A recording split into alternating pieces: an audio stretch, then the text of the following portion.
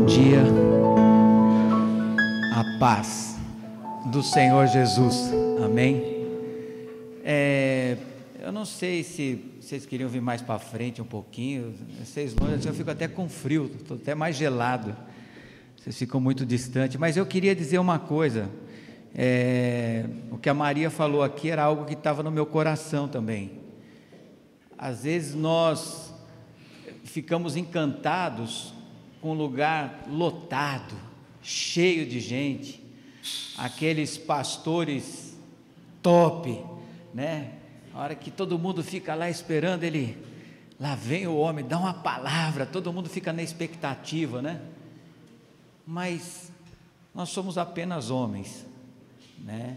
E pecadores, falhos, e se Deus não fizer aquilo que Ele quer fazer através das nossas vidas, através da vida de cada um, porque a igreja é o corpo, e no corpo tem várias funções, um pé, uma mão, uma orelha, um olho, tudo tem um sentido, tudo tem uma razão de ser. Você esqueceu de falar do seu marido, de falar da Ana, de falar da Giovana, da Isabela, da sua filha, da sobrinha do Joaquim, e outros, o casal lá, enfim, mas somos o corpo, somos falhos, erramos, e aí que está o sentido da coisa, de nós nos amarmos, de nós nos relacionarmos, e eu creio que a gente está vivendo um tempo novo de Deus, como corpo, como igreja. Eu queria que você olhasse para a pessoa que está do seu lado e dissesse assim para ela: obrigado, porque você faz parte da igreja de Cristo, amém? Diga para a pessoa que está aí, eu digo para você, Matias, você faz parte da igreja de Cristo, você faz parte da igreja. Obrigado por você estar aqui cultuando a Deus comigo, obrigado porque nós entendemos que somos corpo de Cristo, e como corpo, nós precisamos prestar um culto a Deus, que é um culto racional, que é um culto relacional, que é um culto que Deus se manifesta, porque na comunhão, no partir do pão, nos relacionamentos, Deus, Ele faz aquilo que Ele quer fazer. Às vezes não precisamos nem especificamente orar por alguém que está enfermo. Quando o Espírito Santo começa a agir, Ele te cura aí onde você está, sem precisar até de oração sobre isso. Deus, quando quer curar, Ele cura no corpo, amém? Queria fazer uma oração. Senhor, nós queremos te dar toda a honra, toda a glória, todo o louvor, te dizer que nós precisamos do Senhor.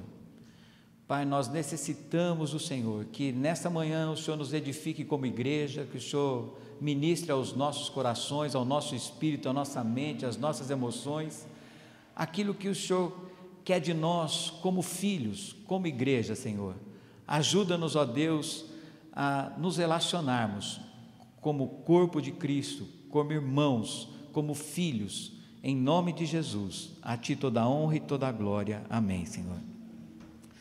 Quem assiste o MasterChef aqui? Já assistiram, mas sabe o que é o MasterChef, né? O que o MasterChef ele procura? Cozinheiros, né? Então lá procuram chefes de cozinha, cozinheiro não, chefes, que não deixa de não ser um cozinheiro, né? Que tem que manjar de comida, e existe lá uma competição, existem muitas pessoas de vários lugares do Brasil, e o que faz com que eles sejam desclassificados? Qual é o critério da desclassificação de um chefe de cozinha ali? Eles estão participando, eles vão fazer os pratos e depois julga-se os pratos. O que desclassifica eles?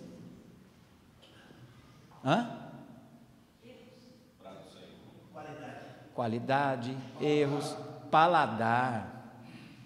É o paladar. Não está de acordo, alguma coisa não saiu certa, queimou, não pegou o tempero correto,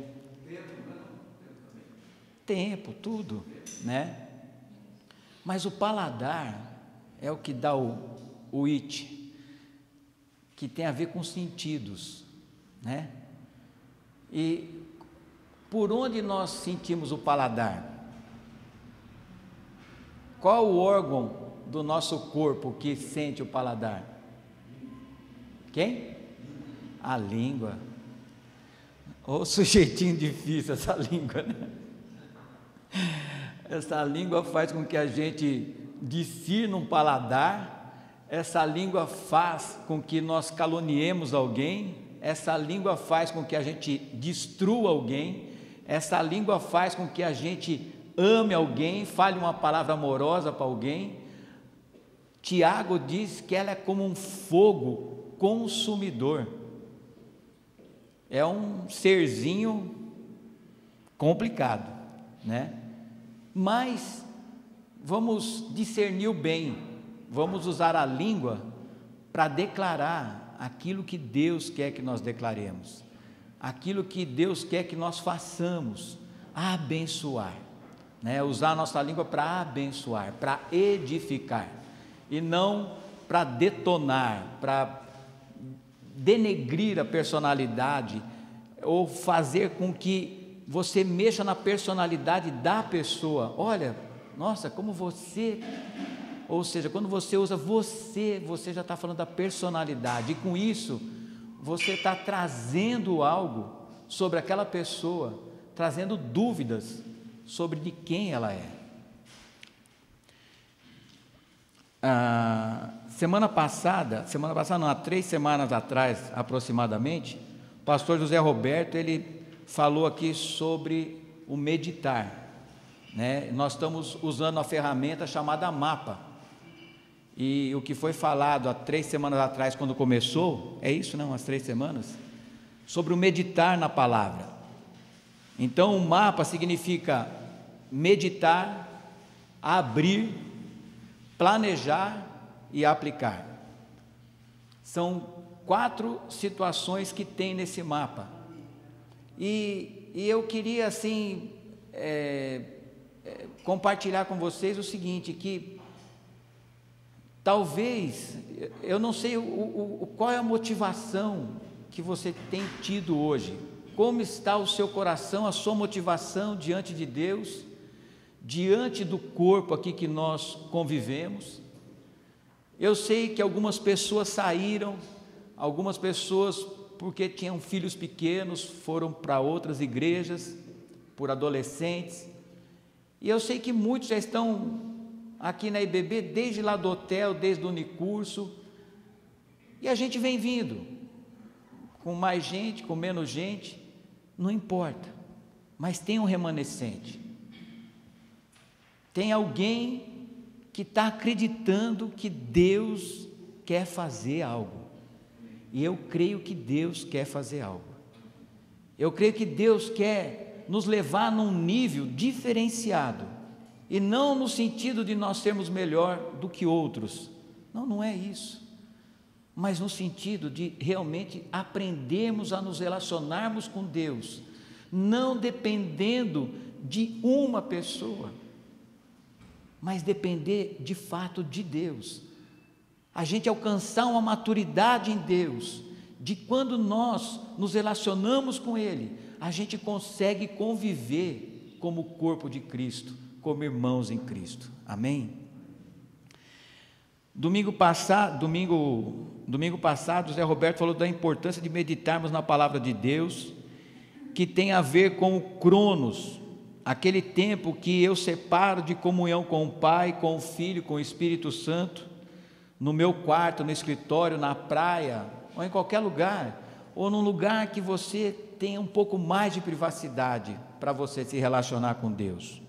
Quando fazemos isso, o Kairos de Deus, que é o tempo de Deus, se manifesta em nossas vidas, e essa intervenção se manifesta para que nós recebamos instruções do Pai de como devemos nos portar, ou agir em determinadas situações no nosso dia a dia. Isso pode se dar de algumas maneiras, dependendo do tipo da instrução que o papai me dá. Posso compartilhar com uma pessoa, com mais de uma pessoa, com um grupo de pessoas, ou até mesmo com milhares de pessoas. Mas preciso meditar na palavra dia e noite, para saber que resposta o Senhor trará à minha queixa. Aqui parece uma coisa assim, nossa, mas meditar, você medita dia e noite na palavra? Não, eu não medito dia e noite.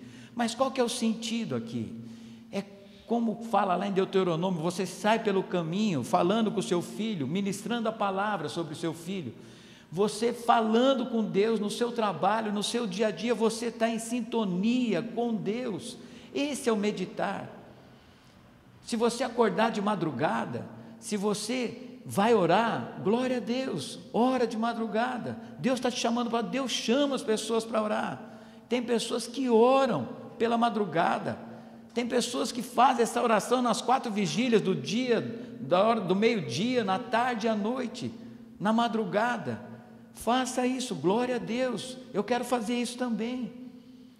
Mas o meditar é você trazer constantemente o pensamento da palavra, aquilo que Deus quer que você viva, contra todo o pensamento contrário que tem vindo na sua mente, que tem gerado ansiedade, que o Zé Roberto falou aqui. Quarta-feira nós falamos sobre ansiedade. Nós vivemos tempos de ansiedade, nós vivemos tempos de angústia, de sentimentos, de pensamentos ruins. O Vicente, esses dias, ele falou, eu sou testemunha disso, ele falou para mim, eu não tenho mais mandado notícias ruins para as pessoas no WhatsApp. A Bíblia diz que aquele que confia no Senhor não teme más notícias. Agora eu vou me usar para declarar más notícias para o meu irmão pelo WhatsApp? Não. Ainda que todo mundo esteja falando, já tem outro falando, mas por que eu vou usar um aparelho celular, ou um meio, um artifício, qualquer coisa, para levar até a sua casa, ou na hora que você vai dormir, você lê uma notícia muito ruim? É falar, mas você está fugindo da realidade. Não, eu não estou fugindo da realidade. Eu não posso ser portador de más notícias, eu tenho que ser o portador do quê? Das boas novas. E o que é as boas novas? É o Evangelho. Nós precisamos voltar nisso.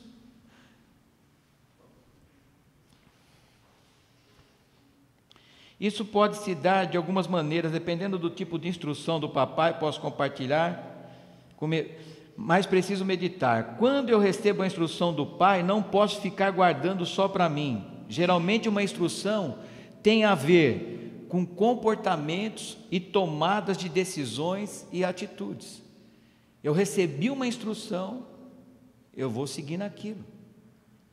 Quem serve, quem já serviu, manda quem pode e obedece quem tem juízo. Então no quartel deu a ordem, eu marcho, eu caminho.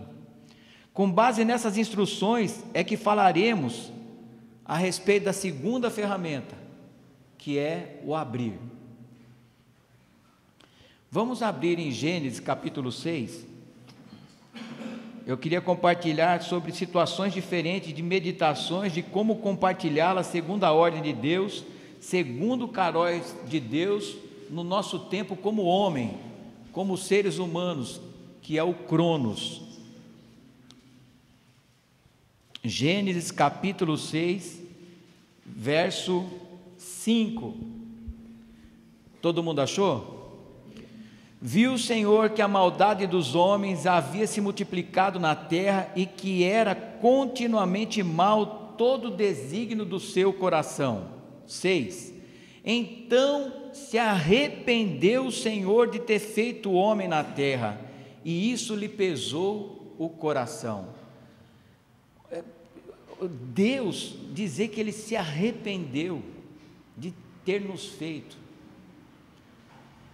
E quando Deus fala lá em Gênesis, no início, que diz que depois que Ele criou tudo, o que Ele falou? Que era o quê? Bom, muito bom. Foi a expressão que Ele usou. E de repente Ele fala aqui que Ele se arrependeu. Isso lhe pesou o coração. Se Deus se arrependeu disso, Imagina eu e você, nos nossos relacionamentos, quando nós mentimos uns para os outros, quando nós nos enganamos uns aos outros, quando nós não falamos aquilo que edifica.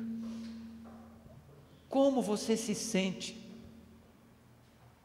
A vontade de desistir, a vontade de abrir mão, a vontade de não quero nunca mais ver essa pessoa.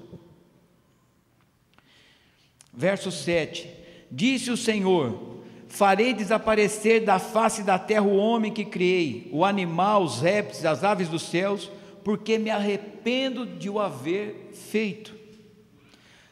Porém, o verso 8, Noé achou o quê? O que ele achou? Graça diante de quem? Então, vamos falar assim, porém, põe seu nome aí, Joaquim. Então vamos de novo, tá? Aí você vai colocar o seu nome, porém, né? O Joaquim, o Zé Roberto, se você coloca o seu nome, vamos falar em voz alta. Porém, Joaquim achou graça diante do Senhor. Amém? Nós achamos graças diante de Deus. Fica com isso. Eis a história de Noé, o verso 9. Noé era um homem justo, íntegro, entre os seus contemporâneos. Noé andava com Deus. Verso 18: contigo, porém, estabelecerei a minha aliança, entrarás na arca, tu e teus filhos, e tua mulher e as mulheres dos teus filhos. Deus separou uma família para entrar na arca, porque Deus achou graça diante de um homem. Ele achou graça naquele homem, e ele, através daquele homem, ele trouxe salvação para aquela família, para aquelas 8 pessoas que estavam com ele. E ele constantemente, no meio de uma geração corrupta, ele pregando, ele recebendo instrução e falando. Será que qualquer semelhança é mera coincidência? O versículo 23 do capítulo 7: assim foram exterminados todos os seres que haviam sobre a face da terra, o homem e o animal e os répteis, e as aves dos céus foram extintos da terra. Ficou somente Noé e os que com ele estavam na arca. Porém, Noé achou graça diante do Senhor, e Deus o escolheu para dar mais uma chance ao homem. Agora repete comigo aí: o nosso Deus é um Deus da segunda chance. Vamos falar? O nosso Deus é um Deus da segunda chance. Por quê? Continuamos ruins, talvez piores, e o nosso Deus nos dá mais uma chance, enviando o seu único Filho, para nos dar todas as instruções necessárias para entrarmos na arca celestial, que já foi preparada para os que Ele escolheu, para aqueles que Ele achou graça. Existe uma arca, nós vamos para essa arca celestial. Jesus é esse que vai nos levar para a arca. Nós fazemos parte dessa família. Aqui podemos ver, com base em Gênesis 6 e 7, toda a narrativa e tratativa de Deus para com o homem. Noé tinha comunhão com Deus, Noé andava com Deus, Noé meditava nas instruções de Deus. Não sei quantos aqui esses dias receberam no zap Jesus andando na contramão numa rua e vindo carros, assim, um escrito pornografia, outro homicídio, outro assassinato, outro corrupção, vários carros vindo, e Jesus com a cruz, indo no sentido contrário, na direção desses carros. Vocês receberam isso ou não? Eu recebi, eu achei muito interessante. Com tudo aquilo, ele estava indo na contramão, e alguém falou assim: ei, você está na mão errada.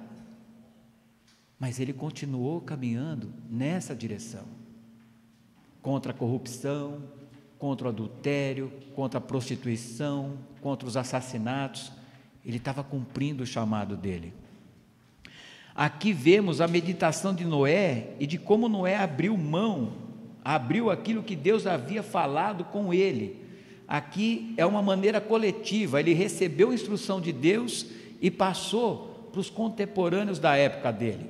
Isso aqui está dentro do abrir, isso é um abrir coletivo. Outra maneira que Deus falou foi com Judas, Judas 3. Judas é um capítulo só, Judas 3.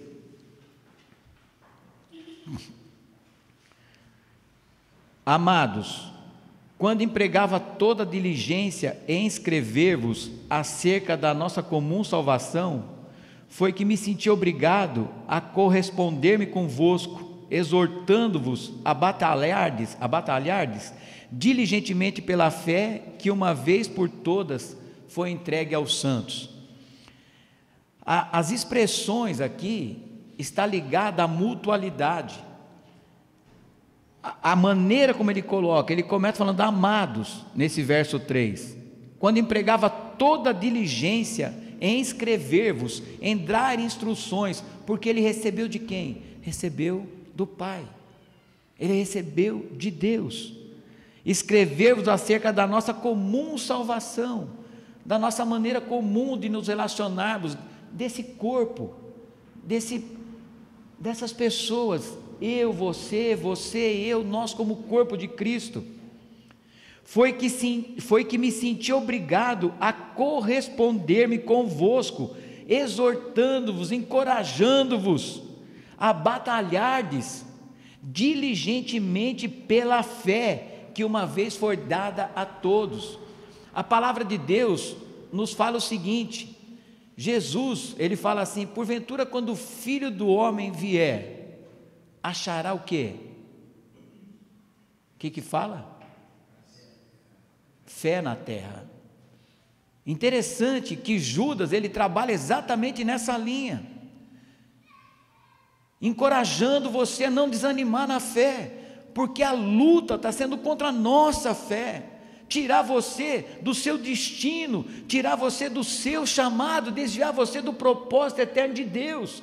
Isso é constantemente, é dia e noite contra nós, e muitas vezes nós não nos apercebemos disso. É na escola, é no trabalho, é em todo lugar, somos atacados em todos os lugares, e Ele aqui nos exorta, nos encoraja a batalharmos diligentemente pela fé. O verso 4, pois certos indivíduos se introduziram com dissimulação, os quais desde muito foram antecipadamente pronunciados para condenação. Pessoas que já são para esse fim. Existem pessoas que são roubadores de alegria, pessoas que são roubadores de felicidade do outro, pessoas que trazem dúvidas no seu coração, pessoas que vêm só para sugar a sua energia. Vocês conhecem alguém assim? Vocês conhecem alguém às vezes que vem e você fala: nossa, lá vem aquela pessoa. Ela vem do nada às vezes, do nada ela chega, aí ela vai embora, fica um clima ruim. Existem pessoas assim. Isso é um mundo espiritual. Homens ímpios, continuando no versículo 4, que transformam em libertinagem o que? A graça do nosso Deus. Noé achou graça diante de Deus. Jesus manifestou a graça dele nas nossas vidas. Ele ministrou salvação para nós por causa da graça dele. Agora esses indivíduos transformam a graça em libertinagem. Isso é sério. Nega o nosso único soberano, Senhor Jesus Cristo. O verso 16: os tais são murmuradores, são descontentes, andando segundo suas paixões, a sua boca vive propalando grandes arrogâncias, são aduladores dos outros, por motivos interesseiros. 17: vós porém amados, lembrai-vos, mutualidade, chamando para perto das palavras anteriormente proferidas pelos apóstolos do nosso Senhor Jesus Cristo, os quais vos diziam: no último tempo haverá escarnecedores, andando segundo as suas ímpias paixões. São estes os que promovem divisões sensuais, que não têm o Espírito. Vós, porém, amados, edificando-vos na vossa fé santíssima, orando no Espírito Santo, trocando os pensamentos, buscando a palavra de Deus, tomou uma flechada na mente, no coração. Deus, o Senhor é o meu pastor, nada me faltará, o Senhor me faz andar em pastos verdejantes, o Senhor me guia pelas águas tranquilas, refrigera a minha alma por amor do seu nome, o Senhor prepara uma mesa perante os meus inimigos, faz com que o meu cálice transborda. Senhor, obrigado, porque em Ti eu sou mais que vencedor. Senhor, obrigado, porque eu posso todas as coisas, porque é o Senhor que me fortalece. Contigo desbarato exército, contigo eu salto muralhas, contigo eu alcanço o meu destino. Deus, muda o pensamento, muda a sua mente, recebe do Senhor a instrução, batalha diligentemente, orando no Espírito Santo. Nós recebemos esse Espírito. Verso 21, guardai-vos no amor de Deus, esperando a misericórdia do nosso Senhor Jesus Cristo para a vida eterna. 22, compadecei-vos, mutualidade novamente, compadecei-vos de alguns que estão na dúvida. Talvez você tenha estado em dúvidas com tanta coisa, com tanta informação. Os agnósticos, ele fala sobre isso no livro de Judas. Eles traziam, são os falsos profetas, os falsos mestres. Só que a gente pensa em mestre como só o mestre da igreja. Quantos mestres tem no Unicurso, Zé Roberto?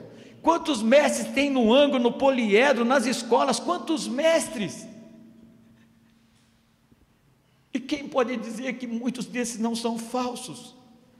Que são pessoas que estão ali para lançar uma semente no seu coração, na sua mente, nas suas emoções. Quem pode dizer que não são falsos? O falso, ele é um falso mestre, ele é falso, mas ele é mestre. Ele continua sendo mestre mesmo sendo falso. Um falso profeta, ele é falso, ele é profeta, mas é falso. Satanás se transfigura em anjo de luz, e os seus ministros em ministros de justiça. Isso é muito sério. Que Deus abra o nosso entendimento, nos dê discernimento.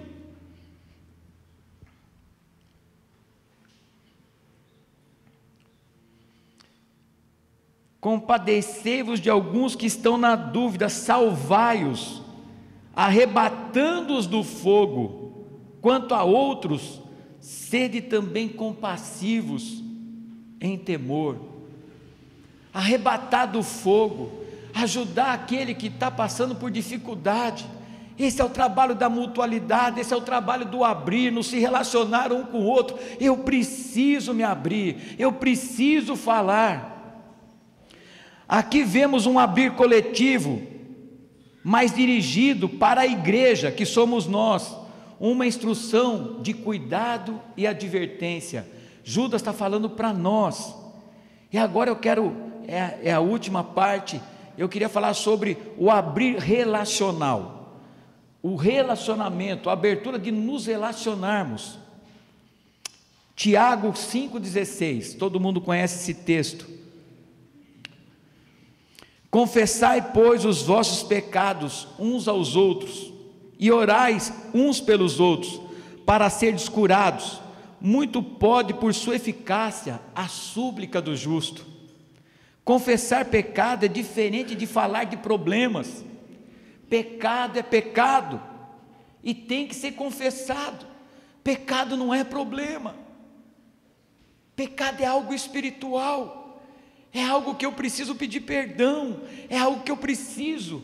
Se eu pequei contra alguém, eu vou falar com a pessoa, eu preciso confessar, eu preciso abrir o meu coração. Isso é relacional. Deus tem me incomodado através do Espírito Santo que estou em pecado, sei que estou em pecado, mas não faço nada a respeito. O Salmo 32:3, não precisa abrir, Davi nos diz: enquanto calei os meus pecados, o que aconteceu com os ossos dele? Se envelheceram de constantes gemidos todo dia, porque a tua mão pesava sobre mim dia e noite, e o meu vigor se tornou em sequidão. Josué 1:8, o que manda que nós façamos em Josué 1:8? Meditar na palavra como? Como?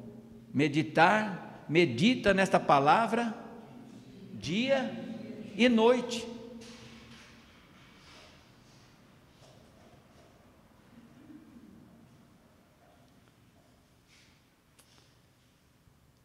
A tua mão pesava sobre mim dia e noite. Josué manda eu meditar dia e noite. O pecado fez com que Davi sofresse dia e noite, insônia, pesadelo, não consegue dormir, é sonho ruim, é isso e aquilo, está incomodado, está pesando dia e noite a mão de Deus. Por quê? Porque eu estou com coisas não resolvidas, coisas que eu não estou abrindo, eu não estou confessando, eu estou guardando. Água parada da dengue da doença.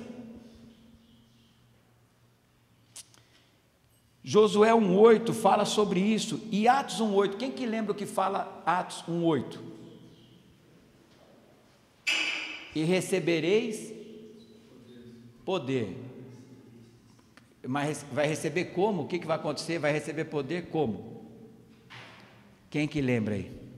E recebereis poder ao descer sobre vós o Espírito Santo. Interessante que em Josué 1:8 é para eu meditar na palavra dia e noite, e Atos, já a igreja 1:8, isso me veio assim: e recebereis poder ao descer sobre vós o Espírito Santo. Qual o objetivo? Qual a finalidade desse poder? Para que eu recebo poder? Para que a igreja recebeu o poder ali em Atos? Para ser o quê? Testemunha. Testemunha. Nós recebemos poder para testemunhar as boas novas do reino de Deus. Quando eu recebo poder, eu recebo aquilo que Deus está dando para mim, aquilo que Deus está trazendo para mim, porque eu estou buscando em Deus. Eu busco, recebo, entrego, compartilho, é o relacional. Confessei-te o meu pecado, e a minha iniquidade não mais ocultei. Disse: confessarei ao Senhor as minhas transgressões, e tu perdoastes a iniquidade do meu pecado. A iniquidade do pecado. Compartilhar com alguém é um aprendizado terapêutico. Quando Tiago nos fala que devemos confessar os nossos pecados um ao outro, isso é mutualidade, isso é relacional. Não preciso fazer isso com o pastor, é um com o outro. Eu não estou dizendo que o pastor não é importante, não é isso. Pastor é função, é igual um guarda, é igual um pedreiro, ele está na função certa, no lugar certo. Para de idolatria, querido. Um ao outro ajudou, nós precisamos nos ajudar mutuamente.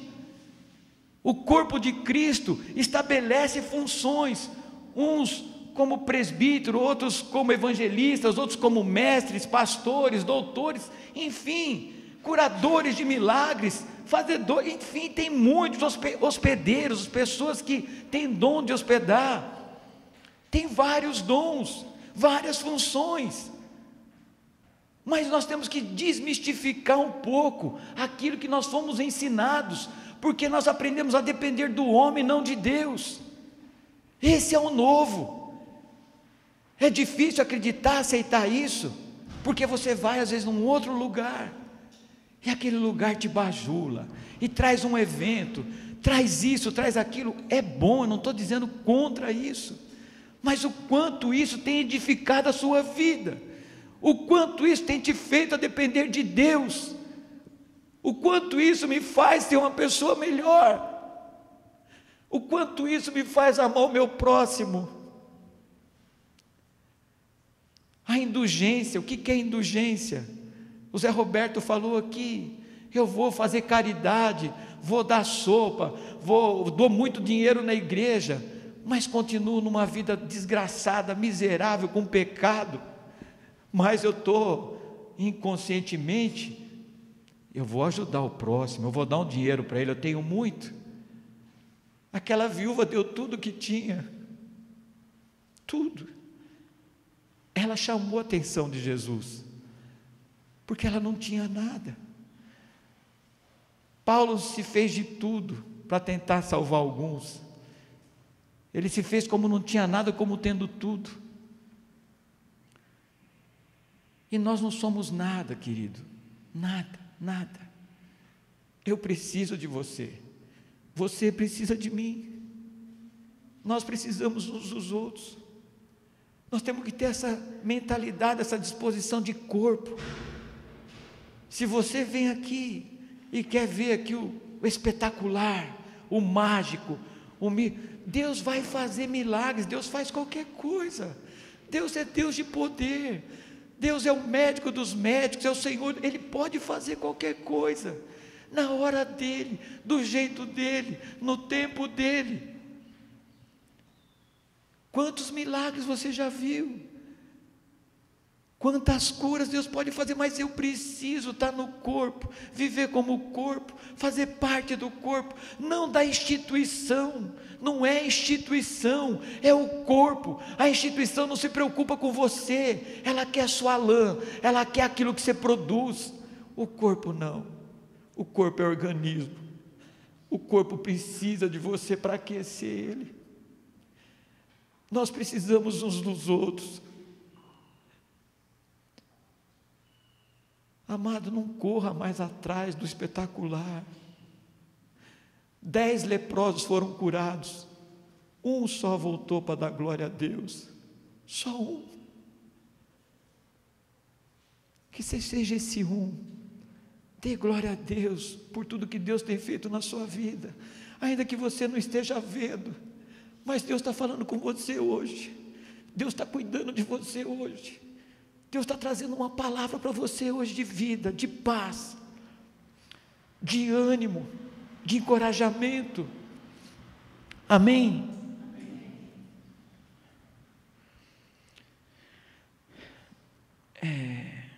Nós perdemos isso em algum momento da história. Essa confissão se tornou mais uma punição do que um livramento. Esse aspecto de confessar o pecado. Judas nos adverte que teriam pessoas em nosso meio que provocaria